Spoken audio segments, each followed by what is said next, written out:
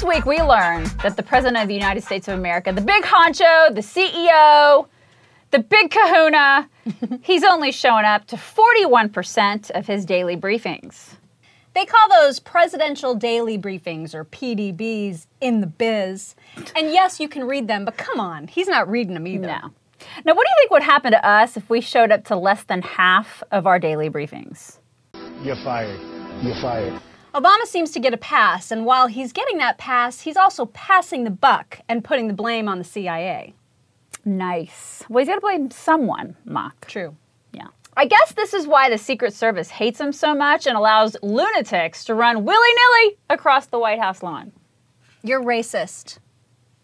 You are. Meanwhile, ISIS is getting stronger, they're gaining momentum, and they're recruiting radicals right here in our own country. In fact, there was a guy in Oklahoma who was talking about ISIS on his Facebook page, but the left-wing media doesn't want you talking about that. In fact, they'd rather change the stereotype about Muslims and ISIS because that is how they roll. But we have gone on and on and on creating this linkage between Muslims and violence, and we need to have a counter-narrative, and we don't. So what we need, and that's what we're trying to do. Muslims are funny. Muslims are funny. That's the new stereotype. Pass it around. Muslims are hilarious. Meanwhile, that incident in Oklahoma is being labeled workplace violence, and Obama continues to golf. But at least there's some world leaders who seem to get it. That ISIS and Hamas are branches of the same poisonous tree. For the militant Islamists, all politics is global because their ultimate goal is to dominate the world.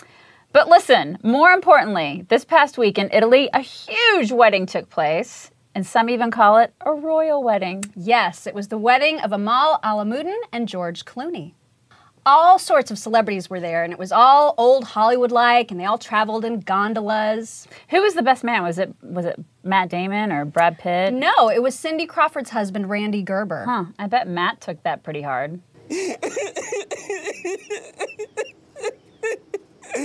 But listen, the reason that this wedding is so important is because Amal Alamuddin's father said, and I quote, "This is very good news for the turmoil-ridden Middle East." Yeah, Ramsey Alamuddin has said that his daughter's wedding to George Clooney is going to help turmoil in the Middle East.